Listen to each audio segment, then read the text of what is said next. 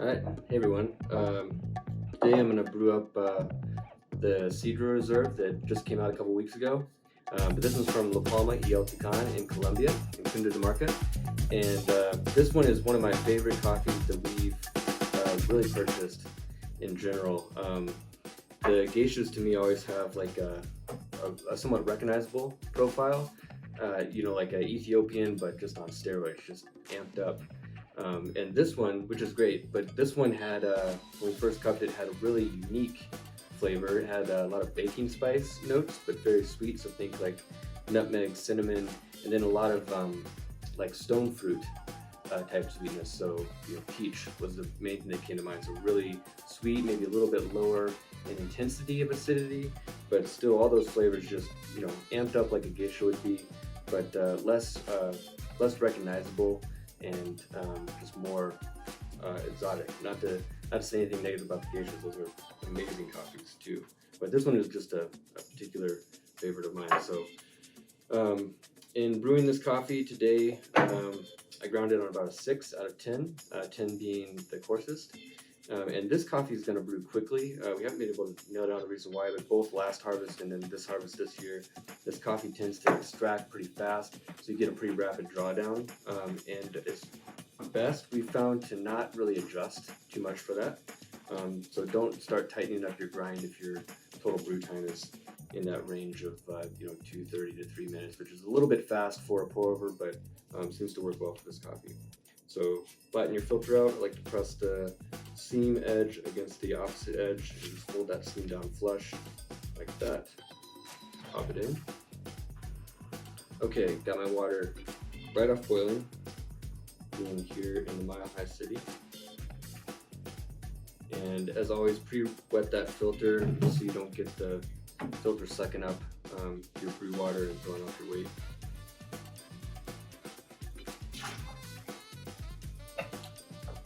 Dump that coffee in, 21 grams.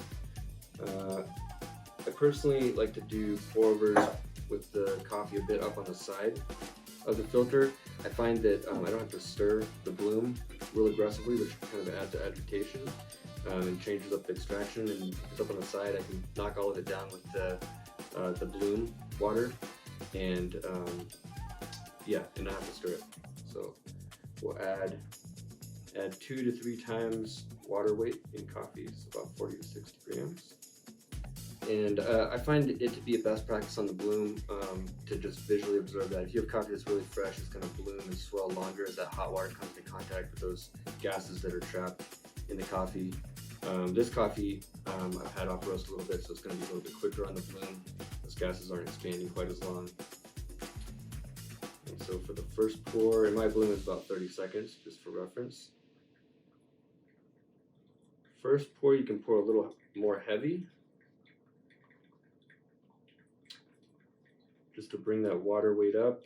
If we have a little higher agitation to start, I tend to find that does better with these brighter coffees. So that's at 230 grams, the initial pour, at 1 minute. Into our second pour. I like to pour a second pour a little more gently if possible. So bring that up to 342 grams. And on my clock, it's about 1:34. So yes, it's going to be a pretty quick brew time again. All right, so brew is just finishing up. This time we're hitting 250. It's going to be about 3 minutes. So yeah, so a little bit faster. And again, you're grinding on 6 out of 10. Again, 10 being the coarsest, somewhere in that range. Don't find that up if you're getting the taste that you like. So as with all coffee brewing, taste should dictate the metrics. The metrics should not dictate the taste. They just don't dictate the taste other than repeatability. So if you're getting a little faster brew on this guy, that would end up about 310. And you're liking the cup, then go for it. Tends to extract a little bit quicker. So still a little bit hot. But yeah, that's That's that real sweet spice and stone fruit. I feel like this coffee reminds me of peach cobbler. The baking spice and the stone fruit sweetness and all of that way kind of over the top enhanced in terms of intensity. So yes, if you have any questions, feel free to email me, phil@corvuscoffee.com, and I'll try to answer them as best I can. This particular coffee is all sold out, so this video is really just for the people that were able to get some of this. The next reserve is launching on May 29th, and that's going to be a 3-part set of Savage Geisha from Jameson Savage in Panama at Finca Debra. It's a natural anaerobic, a carbonic maceration, and a natural process geisha. Those are really, really cool coffees. They're going to be pre-sold to people who have bought the last 2 reserves, as well as our coffee subscription members. There's only 80 sets. We have a little bit more of the natural. I haven't decided if I'm going to release it now or do it as part of another set, but it's going to be pretty limited. If there is any left after that initial reserve release and subscription release, we'll put it out to the public through our newsletter. So join the newsletter, subscribe to these videos if you want to see us brewing the next couple coffees, and thanks for watching.